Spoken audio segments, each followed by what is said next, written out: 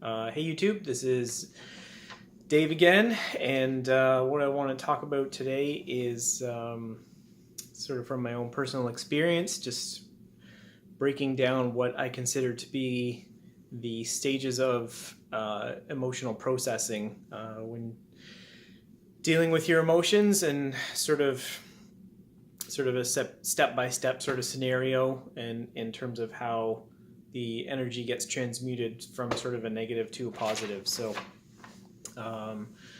just looking back at some of my own experiences with anxiety and depression, this is where a lot of this comes from. So first off, just pick something in your brain, a negative event that happens to you, that has happened to you. It doesn't have to be particularly traumatic, and just can be when you get frustrated or pissed off or something like that. So at some point in your life, an event happens to you, and you frame it. That event causes an expression of negative emotions. Doesn't matter what the emotion is. It's a negative emotion, and that event triggers that. So when that happens, there can be, from an emotional perspective, one of three different responses. You can have the negative event and a full and total suppression of your emotion. You can have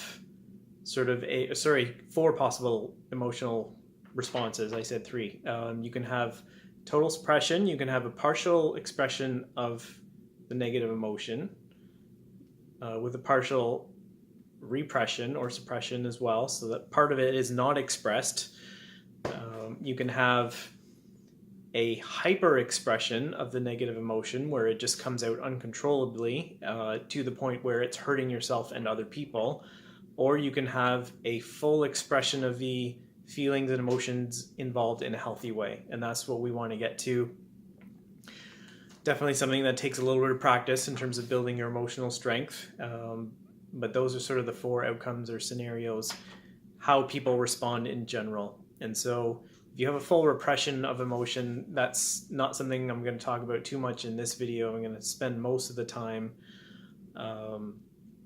on where most people are going to be at, which is you express some of the emotion or you feel it, and then the rest is kind of pushed aside, and then you don't deal with it.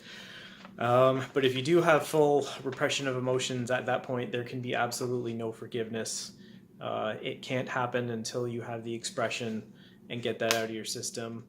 And those negative emotions are going to drive you into some pretty serious bad behaviors, self-destructive behaviors, and can be the start of addiction. So next, so you have that event that happened to you. You feel something, maybe you're not sure what it is, or you express something and some of it's pushed back for whatever reason.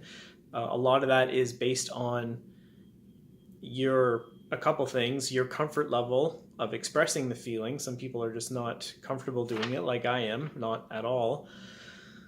And then some people just aren't that aware or connected to their emotional bodies or their feelings, so they just don't express from that extent. Or there's another emotion, such as shame or guilt or something, which prevents them from having an emotional expression. So you have that negative event, and you interpret that event and define it and label it in a way according to your beliefs and your ability to express your emotions. And that event happens, and if emotions are not fully expressed, it sticks around in your system, in your emotional body and in your physical body, and that creates a filter of perception for you. And so moving forward in your life, whenever a similar event happens, even if it's not so similar, that filter of perception that the emotion is making you see through, the negative belief system, causes you to label future situations in the same way, or to have a similar expected outcome. And so you have the negative event, you interpret the event, and then you start having these repetitive experience loops. And so life is very It always wants to balance itself out. Energy always wants to balance itself out. And so these experiences come to you, you label them in a way that projects your negative belief or negative emotion or experience from the past onto what is happening in the present. And that does a couple things. That sort of reaffirms your identity, it reaffirms your judgments, it reaffirms your expectations, and causes a stronger buildup of an emotional response if it's not expressed. And that is done. So the emotion builds up to a point where your willpower isn't long enough to suppress it down, and it just comes out anyways. So this will continue to happen over time, and there's a key shift that you have to make in your consciousness in order to get out of these negative experience loops where the same kind of bad things keep happening to you. You have to shift, and this was definitely key for me, shift your awareness from the external world to the internal world. As soon as you make the shift, and this for me was done through meditation, once you shift your recognition of what's going on out there to what's going on in here and in here, then that creates a very momentous shift in what's going on. And so this is a very, very empowering stage if you can get to that point. Because what happens is once you start to recognize more of what's going on in the internal world, the external situation starts to hold less power over you. It starts to mean less. And you look at the situation and the trigger that it causes you in such a way that it is a little more welcome. Not totally welcome at this point, but a little more welcome. You can maybe embrace it a little bit more. And at this point, once you start to recognize what's going on, you can then go back to, okay, what do I feel here? What needs to be expressed? And think of emotions as kind of like a balloon. Like the balloon fills up, so the emotion builds up and builds up in the body. And if there's nothing done to express, then eventually the balloon pops, and that energy just goes wherever it wants, and it makes you do whatever it wants, based on what your beliefs are, and will cause a behavior that you won't have any control over. And so once you start to recognize the internal world of what you're feeling a little bit more, and what you're believing and what your thoughts are and how it's manifesting in sensations in your body through a mindfulness practice or meditation, you can finally start to express that and get that out.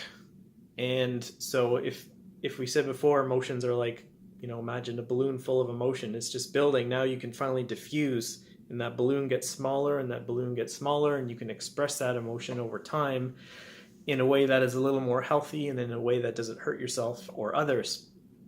Now, don't put any time limits on this, because it's something that can take a very, very long time.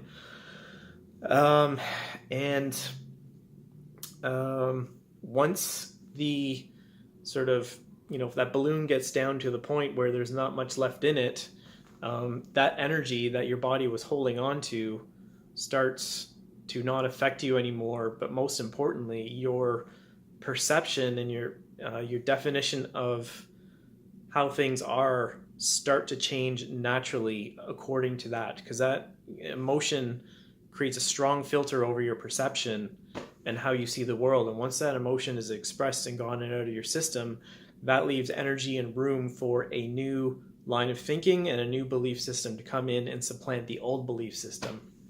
And so once you express that emotion over time, you can start to then see things in a different way. So you start to redefine your beliefs. You start to change the story about what happened in the past. You start to not be triggered anymore. So whatever situation you have that, you thought of that's, aggravating you or pissing you off or causing you nervousness, that starts to get less and less of a hold over you over time.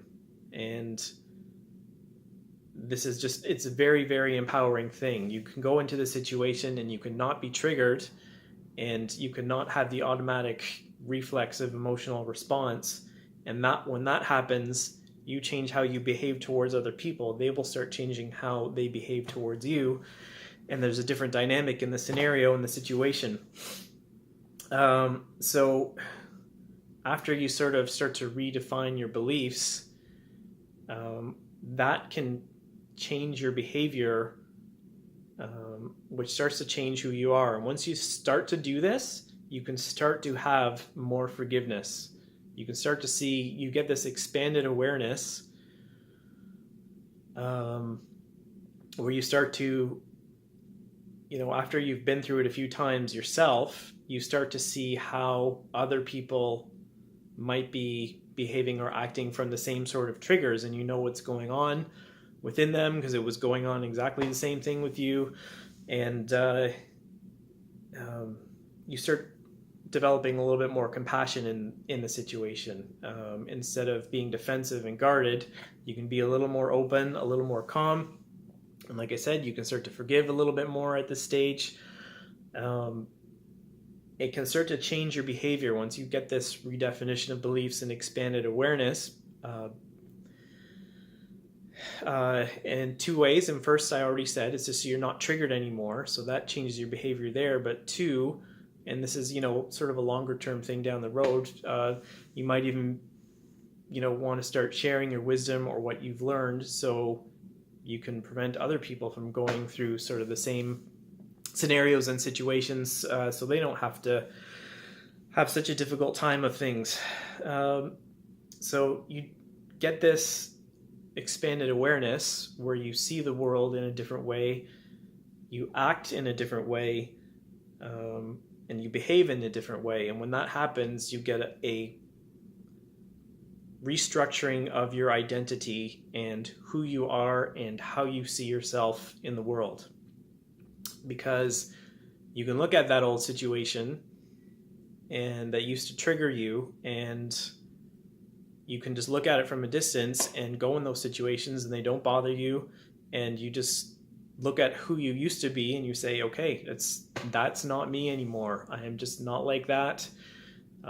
And so you can recognize the change over time, and now you have become a different person. So the restructuring of identity helps you see, the world from a different point of view. And so your expanded awareness, now that you've been through it and you've managed it and processed it, you can sort of apply that not just to that one theme of experiences, but a general pattern or theme of a lot of experiences in your life, wherever you can feel the negative emotional response coming up within you. So the last part, and so, sorry, at this stage where you have a restructuring of your identity and you just don't even, respond the same way you used to, you can have a lot of forgiveness at this stage. This is where you can really let go of a lot of, just baggage that you were holding on to. And so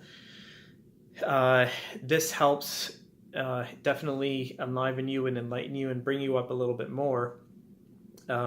Within the restructuring of your identity, there's a final stage. Not everybody necessarily gets there or even needs to get there. Once you can have forgiveness, you're at the space that you need to be at. But for some people, you can have this final changing of your identity to a point where you now merge with your higher self or your source self, or divinity within, whatever you want to call it. And at this point, you can look back and you can kind of see the broad picture of why things happened. You see the reason behind things happening. You see the event as something that caused growth and change in you, for the better. Even though it was tough, it ended up changing you for better and to be a better person. And not only that, at this stage, you would actually then choose to go through the experience again if you from your new perspective. And like I said, you don't necessarily have to get to this stage. Once you can have forgiveness, you're good. But